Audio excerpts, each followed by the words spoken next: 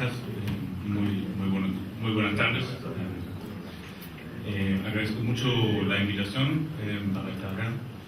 Y es bueno que la temperatura acá en la sala es casi igual que en la Amazonía ecuatoriana, donde estuve ayer.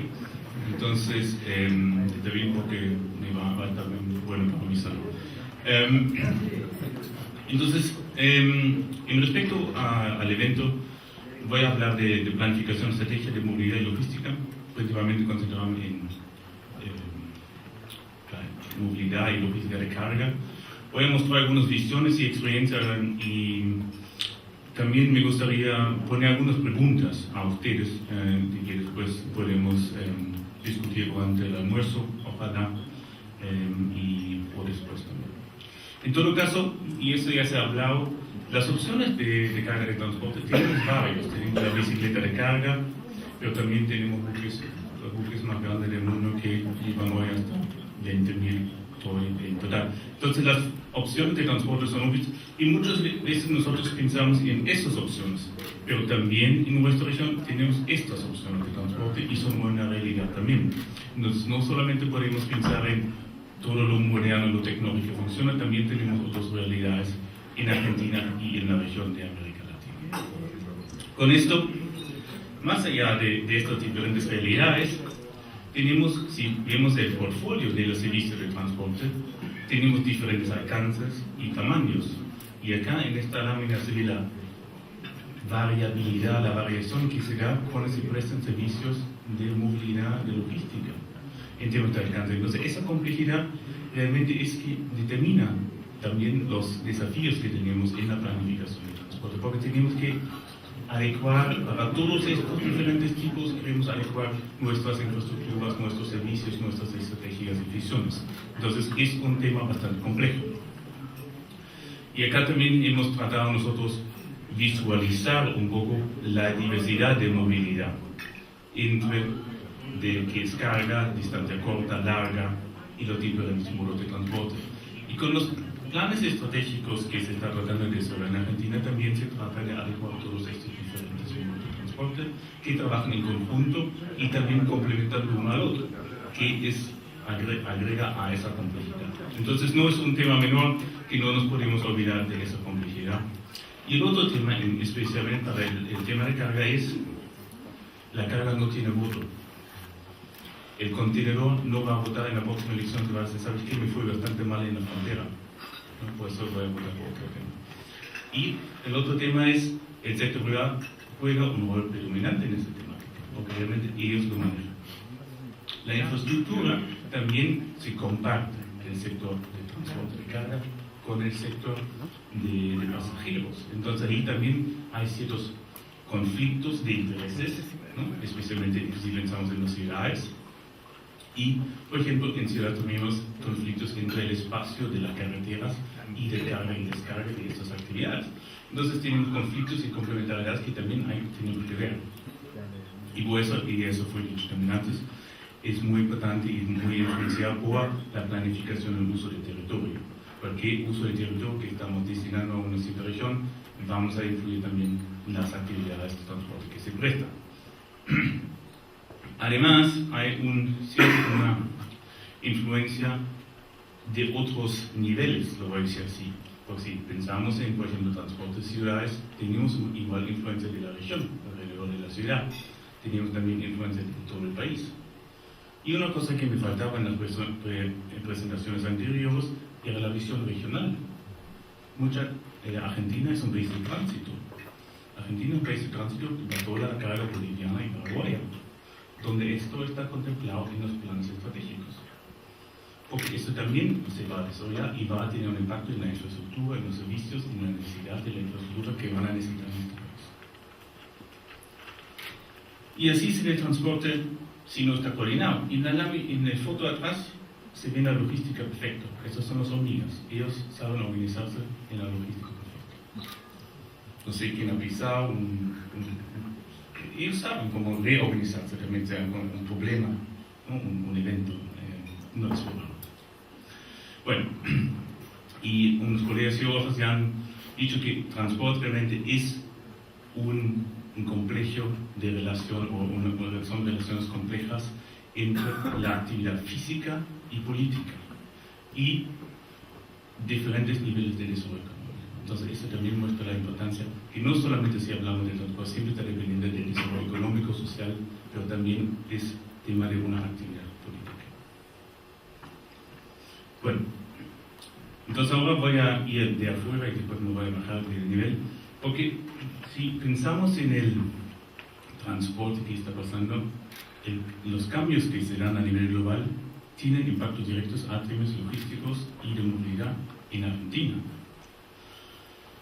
Y ahí me gustaría empezar con esta lámina. Entonces, ustedes ahora me van a preguntar, ¿qué tiene el consumo de carne en China que ver con la logística en Argentina? Un montón. Porque hay más de 1 billón de chinos. Y si ustedes se imaginan que cada chino va a comer 1 kilo más de carne, ¿cuánta más carne puede exportar Argentina? Entonces, 1 billón dividido por 28, entonces ahí tenemos el número de contenedores, etcétera, etcétera, ¿no? Entonces, es bastante. Y acá se ve en los últimos años el consumo de carne en Argentina, especialmente de carne vacuna, ha aumentado de forma significativa. Ahora están en 60 kilogramos de todos los diferentes tipos de carne. Se espera que van a llegar a 70, 80 kilogramos por el poder adquisitivo económico. Y eso solamente es el ejemplo de China, tenemos también la India y los otros países emergentes. Y eso, la verdad, son, por un lado, oportunidades extremadamente interesantes para nuestra región, porque son los mercados donde podemos exportar nuestros productos tradicionales y también nuevos. Pero obviamente esa demanda nos va a generar también demandas en nuestras infraestructuras logísticas. Por ejemplo, esa es toda carga refrigerada. Si usted tiene el aumento de exportaciones de carga refrigerada, es tremendo. Pero para esto necesitamos sistemas de logística mucho más sofisticados que tenemos hoy en día, porque demandan energía. Una caja, un contenedor normal no demanda energía. Un contenedor refrigerado demanda energía todo el tiempo. Y tenemos que también tener todos el chequeo de información de los flujos y el control en ese mismo tiempo. Entonces, es muy importante que vivamos más allá de nuestras fronteras y vamos a entender qué pasa en los otros países, porque ellos van a determinar cómo también se va a ver nuestra demanda, nuestra infraestructura en el futuro. Y acá es otro gráfico que va en esa dirección, porque por primera vez se espera en el año 2025 casi un 50% del consumo a nivel global se va a realizar en mercados hoy llamados emergentes. Y esos son los nuevos mercados, no los europeos, no los Estados Unidos. No, estos son los mercados que van a consumir los productos de América del Sur. Y por eso también se ve acá, porque en 2025 por primera vez la clase consumidor, que tiene poco más de $10 al día, que tampoco es mucho, pero con eso ya participan, van a empezar a ser parte de la clase de consumentes global. Eso dice, estas personas por primera vez van a tratar de tener una televisión, una celular, etcétera, etcétera. Esos son grandes mercados que recién se están abriendo, donde uno tiene que definir en cuánto y cómo uno quiere participar en estas oportunidades. También un tema que se ha dado es la evolución de las exportaciones de productos perecibles de América del Sur, y se ha dado un cambio en términos de la estructura que estamos exportando. Antes uno ve el volumen y el valor de la carga, creció, evolucionó casi en par. A partir de 2007 hay una quiebra, porque a partir de este año esta región, América del Sur, está empezando a exportar productos más variados de productos perecibles. Antes solamente hemos exportado carne congelada. Hoy estamos exportando carne fresca, no se congela. Solamente está refrigerada como en el refrigerador. Estamos exportando flores en contenedores de Colombia. Estamos exportando muchos berries. Esos son dos productos que antes de 2007 no se exportaban en contenedores. Eso cambia la relación valor-volumen. Estamos exportando productos con más valor agregado, pero en menos volumen. Entonces, es más importante que las cadenas logísticas y la infraestructura son adecuadas para estos productos. Sigamos con nuestra brecha de infraestructura, eso no hemos logrado cerrar. Bueno, nosotros en la CEPAL trabajamos mucho sobre esto, no hemos logrado cerrar esto, entonces ese desafío sigue. Y bueno, entonces tenemos cambios globales y desafíos en la geografía del comercio, porque tenemos nuevos mercados, en la estructura de este comercio. Con esto tenemos también cambios en la geografía de los puertos. Antes, hace 10 años, cuando uno hablaba de los puertos de América Latina, bueno, eran un puerto cada país. Por ejemplo, en Chile ya son 4 o 5 que son importantes y mueven contenedores, no es uno solamente, o 2. En Argentina puede pasar lo mismo. Es que, ¿qué pasa con los puertos secundarios? ¿Van a tomar otro orden en el futuro? Frente a eso tenemos una fuerte concentración en la industria de transporte marítimo como portuario. Si vemos cuáles son los agentes privados que mueven nuestra carga, son empresas globales que hoy en día negocian con autoridades portuarias locales. En países se ha dado la situación que se ha puesto una multa en una concesión que para la autoridad local era muy alta, pero para una empresa global es nada, ¿no? Y como si el Manchester United quiere comprar un vuelo para 80 millones, lo van a comprar, aunque el club local acá en Argentina pinta mucha plata, ¿no? Bueno, tenemos una suboferta de capacidad también marítima en este momento. Y el otro tema muy importante que tiene que ver mucho con la planificación es la integración de infraestructura y el hinterland, la zona de influencia como fue nombrado antes también. Pero con esto vienen más desafíos. ¿Cuáles son los incentivos que existen para innovación en logística y transporte? El tema sostenibilidad se ha mencionado en las presentaciones anteriores así nomás. Sí, vamos a considerar la sostenibilidad. Bueno, vamos a revolver a esto un poco. El desempeño medioambiental de nuestros servicios, ¿cómo está? ¿Estamos midiendo eso? Tenemos una falta de infraestructura portuaria, de infraestructura ferrocarril. Tenemos una falta de profesionales en logística. ¿Cuántos profesionales tenemos en Argentina que realmente son profesionales de logística con una visión al futuro? Porque ellos son los prestadores de servicios en el futuro. ¿Cómo es el sistema de educación que está conformando estos profesionales para el futuro? Bueno, entonces, estos tienen repercusiones y efectos muy importantes en logística y movilidad, especialmente en términos de políticas de planificación. Entonces, hago algunos ejemplos de temas emergentes. Por ejemplo, ¿por qué deberíamos incluir la sostenibilidad, que es un concepto tan vago en este contexto de logística? Bueno, tenemos aumento del costo de energía, falta de inversión en infraestructura, tenemos que manejar el capital humano y recursos. Tenemos costos sociales, accidentes, seguridad. Tenemos que invertir en infraestructura de energía. Los consumidores de Europa, de Estados Unidos, de los mercados, digamos, industriales, ellos hoy piden la huella de carbono de los productos. ¿Estamos preparados que los transportistas, los operadores logísticos en Argentina entreguen esa información? ¿Conocer esa información? Esos son temas que nos van a, vamos a tener que discutir en el futuro y hoy también. Y el otro tema es, qué grande todavía es Beautiful, ¿no? Acá es el crecimiento de los tamaños de buque que llegan a nuestras costas, todavía estamos lejos al máximo que está los puntos de arriba, pero está creciendo la flota.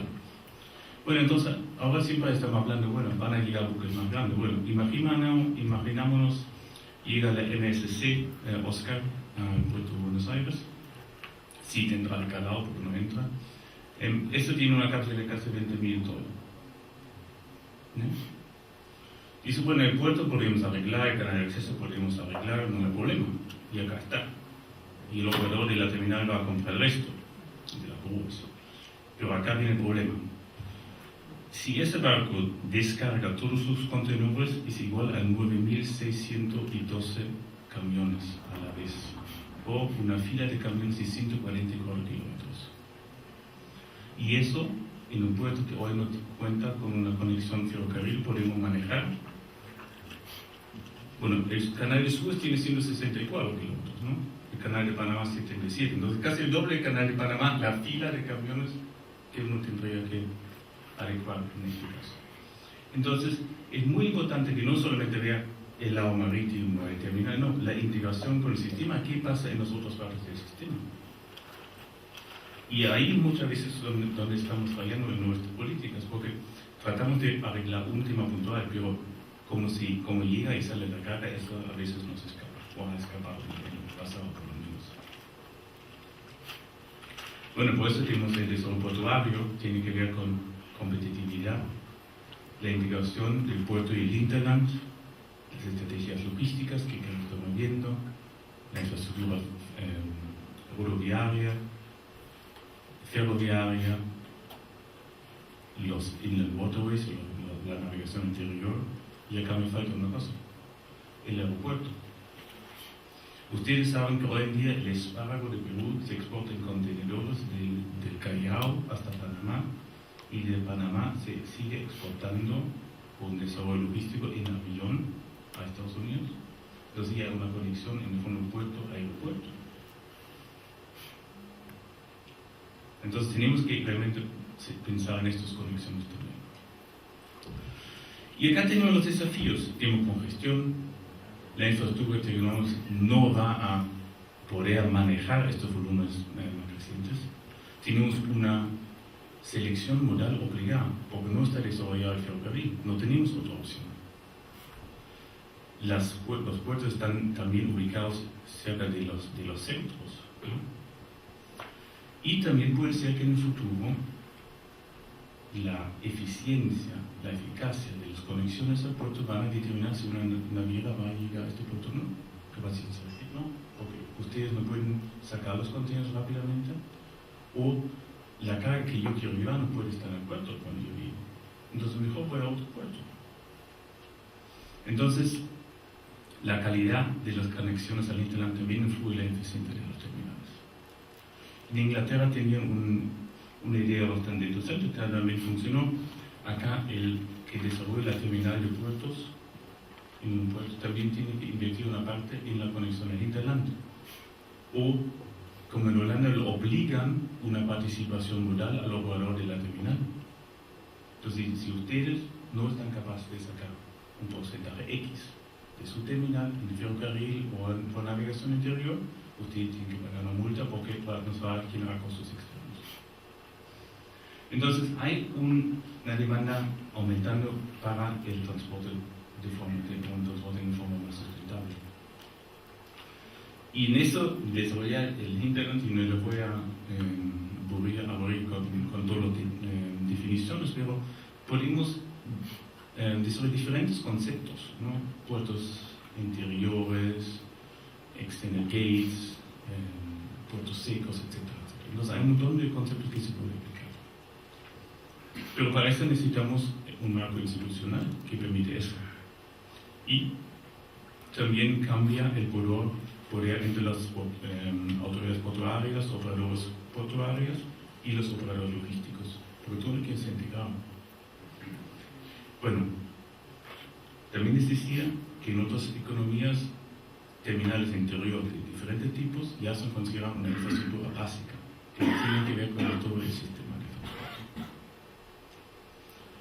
Y se puede hacer en dos formas: creciendo desde el interior hacia el puerto, entonces en el fondo dicen que una empresa nacional maneja esto, o también que el puerto maneja otra terminal en internet, ¿no? Acá es el caso de Holanda, ECT en Rotterdam. Todos estos puntitos rojos son terminales que tienen alguna asociación, un convenio con la terminal en Rotterdam. Y eso viene justo porque ECT en Rotterdam, el operador, tiene una obligación de una participación global. Entonces ellos dicen, bueno, si cuanto antes el contenedor puede entrar en mi sistema logístico, yo puedo también definir con qué tipo de transporte este contenedor llega al puerto o a mi terminal y cuándo. Entonces, ¿Qué pasa? El dueño de la carga ya entrega, por ejemplo, en Duisburg, en Alemania, entrega ya el contenedor, el sistema portuario de Rotterdam, y de ahí ellos toman la decisión cuándo y cómo llega a la terminal. Y con eso también pueden definir el consumo. Obviamente esto realmente requiere una estrategia logística, concepto logístico bastante bien pensado. Obviamente, y acá los alemanes no son muy contentos porque la carga que hoy se descarga en Duisburg, antes capaz salió por vía de Hamburgo, pero hoy entra ahí. Sin embargo, no es tan relevante porque el puerto más importante de Alemania es Rotterdam, no es Hamburgo, porque más carga alemán sale por Rotterdam que por Hamburgo, mientras Hamburgo es el puerto más importante para Polonia. Entonces, eso viene justo porque hay unas buenas conexiones de infraestructura con los países vecinos y al final no importa, que importa es el movimiento que se hace y que se gana en dinero. Entonces viene la carga más relevante. Otro tema es que en el Reino Unido se ha desarrollado la estrategia de logística cercana al puerto y con esta estrategia muchos puertos secundarios pequeños han tenido éxito, porque ellos tienen territorio cerca del puerto, relativamente barato y poco desarrollado. Entonces ellos trataron de ofrecer más servicios logísticos y de tener empresas logísticas más cercanas al puerto. Y abriendo esa oportunidad ellos también aumentaron su carga. Entonces ahí también se da muy bien esa conexión entre puerto logística en una estrategia más compleja. Entonces con eso también se han disparado en algunos casos bastante carga hacia puertos secundarios y eso ha permitido nuevos polos de crecimiento en el noreste especialmente. Bueno, ahora vamos a cambiar un poco el nivel, vamos a salir del MSC Oscar con 20.000 contenedores a otro, de que es un tema de percepción. ¿Qué es esto? Acá usted ve la bicicleta típica del jardinero, ¿no?, en la ciudad, que es un servicio de bicicleta de carga, es un servicio logístico de carga. La gran pregunta es si este jardinero mañana se compra un carro, si eso realmente es progreso. En temas medioambientales y económicos, capaz no, porque él se va a endeudar, va a emitir emisiones y va a usar más espacio en las ciudades, va a causar más presión. El jardinero que lo entiende va a estar muy feliz porque por primera vez él se puede comprar este carro. Pero en términos complejos no es progreso. El progreso sería si él se compró una bicicleta eléctrica así. ¿Y dónde están los incentivos que cometimos una movilidad sostenible que está practicando el jardinero todos los días, aunque nosotros capaz no lo vemos, pero él es una de las personas más sostenibles en la logística de carga? ¿Por qué no? ¿Dónde están los incentivos para estas actividades, por ejemplo, de la última milla se convierten en este tipo de actividades logísticas? Porque es una realidad. Estos son servicios logísticos que funcionan. Por ejemplo, el ejemplo de DHL. Ellos son los pioneros de esto en Europa. Ellos tienen 26.000 bicicletas, 9.000 bicicletas eléctricas. Ellos llevan 125 kilogramos de carga y en promedio viajan unos 50 kilómetros. Yo estoy seguro que si ustedes van a unos centros logísticos en Buenos Aires y preguntan cuántos kilómetros promedio hace su persona que entrega la carga, no gasta mucho más que 50 kilómetros. Pero van con carro, gastan combustible, tienen mantención de combustible. Y les voy a decir otra cosa, este mensajero es sano, no se engorda, puede comer su carne en la noche, no hay problema, porque él hace el voto todos los días. Entonces estamos reduciendo los costos de la sociedad en términos de gastos mínimos, y no una parte pequeña, pero contribuye también, ¿no? Y es interesante porque esta bicicleta de carga que se ven ahí, tiene justo el ancho de una paleta, entonces se puede entrar paletas. Entonces también se está aplicando una estandarización de estos servicios. Entonces, capaz un concepto bastante interesante donde podemos aprender capaz de los más, bueno, algunos grupos más pobres de nuestra sociedad, de aprender de ellos de movilidad sustentable o sostenible y cómo podemos implementarlo de una forma moderna, innovativa y también se puede producir esas bicicletas en Argentina, ¿no? Se puede desarrollar una industria. Bueno, entonces hay un montón de oportunidades. Bueno, en 5 minutos. Entonces tenemos varios temas acá. Integración de cadenas logísticas, ¿no? Estrategia de los actores en el mercado. ¿Qué quiere el sector privado también? ¿No? Necesitamos una visión sistémica y sostenible en términos de desarrollo, transporte y movilidad. Y para eso necesitamos políticas y marcos regulatorios que son proactivas e integradas también. Bueno, algunos, y esto voy a pasar muy rápido. Percepción, corrupción es el problema más grave en América Latina en términos logísticos. No es la infraestructura, corrupción. No necesita ninguna inversión. No se puede hacer. Es de afuera, ¿no? Costos no son por modos individuales, son por cadenas. Entonces también ahí cada modo contribuye de diferente forma a costos. Tenemos muchos desafíos en el transporte terrestre, ¿no? Tenemos robos, ¿no? Diferentes visiones, problemas en las fronteras, etc. Bueno, otro tema, el medio ambiente. Se habla mucho de CO2, pero ¿qué pasa con la materia particular, emisiones de materia particular?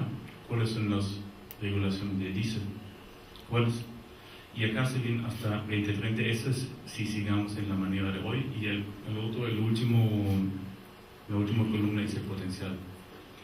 Y la mayoría de estas emisiones de materia particular que causa cáncer, ¿no? Directamente, también tiene efectos para los efectos invernaderos globales. Ahí está el potencial. Y el gran tema es bien interesante, no necesariamente es el tema de vehículos, es la calidad del diésel que se produce. Nosotros ahora, si una persona se compra un camión, una camioneta, con un estándar de emisión de teoría muy alta, no lo puede cumplir porque la calidad del diésel que se vende en esta región es tan mala que no se puede cumplir con esos estándares. Entonces sí, una vez tiene que ver con el sector de transporte, pero también tiene que ver con la industria petrolera que produce el diésel. Porque si ellos producen un diésel de una calidad mejor, podríamos también reducir las emisiones de forma directa. Entonces no solamente siempre es un tema de transporte. Bueno, energía en puertos es un tema que estamos trabajando nosotros muy fuerte. Solamente un 30% de la energía que se usa en puertos es eléctrica, el resto es diésel, principalmente. Emisiones locales, SOX, CO2, materia particular, un gran potencial de incentivar un cambio también por parte de una política. Bueno, entonces, voy a poner preso por láminas más. Sí. Entonces, importante es no solamente de eso, pero también tenemos que medirlo, porque si no podemos evaluar nuestros avances, nuestro progreso. ¿Pero por qué? Bueno, porque tenemos que entender cuál es la base de competencia, ¿no? Entre eficiencia y eficacia. Queremos, si por ejemplo hacemos solamente una medición una vez, hacemos un día un análisis, ¿no? Una diagnóstico. Y eso se muestra mucho que estamos haciendo ahora, pero tenemos que aumentar la frecuencia para poder monitorar los avances. Entonces no puede ser un tema que hacemos una vez, tenemos que repetir el ejercicio para realmente poder monitorar qué está pasando. Y también está muy importante el enfoque, si es operacional, que es más el sector privado, o estratégico, que es más el sector público en el tema político, ¿no? Entonces es muy complejo también por qué medir el desempeño. Bueno, hay muchos índices existentes, muchos informes del Logistics Performance Index, el PIB del Banco Mundial, es muy lindo, pero no dice mucho. Acá, por ejemplo, porque el problema es, el índice en sí no dice nada, hay que mirar atrás de los números. ¿Qué dice? Por eso estoy diciendo eso. Porque, ¿qué me dice si Chile tiene un LPI de 4.8 y Argentina 4.6? ¿Cuál es la diferencia? ¿Qué tenemos que hacer en la política para mejorar? El índice no lo dice. Tenemos que tomar estos índices como puntos de partida para un análisis más profundo. Y acá se ven los puntos rojos, es el desempeño de logística de los países de América Latina en comparación al desarrollo económico, y se ve, hay una correlación. Si hay un mejor desempeño logístico, también tenemos más desarrollo económico y viceversa. Entonces sí hay una correlación ahí que tenemos que tomar en cuenta. Y el otro es acá la calidad de la infraestructura en relación a la competencia y calidad de servicios logísticos. Y vemos acá los diferentes países de América Latina. Se ha mejorado un poco, pero también uno puede observar que va par en par. Si mejora la calidad de los servicios, también tengo una mejor infraestructura. O si tengo mejor infraestructura, puede tener servicios de mejor calidad. Entonces eso crece par en par. Pero la meta es acá arriba. Esos son los países que tienen un desarrollo económico parecido, pero son mucho más avanzados en estas temáticas. Bueno, no solamente es de números y ranking, no, es más.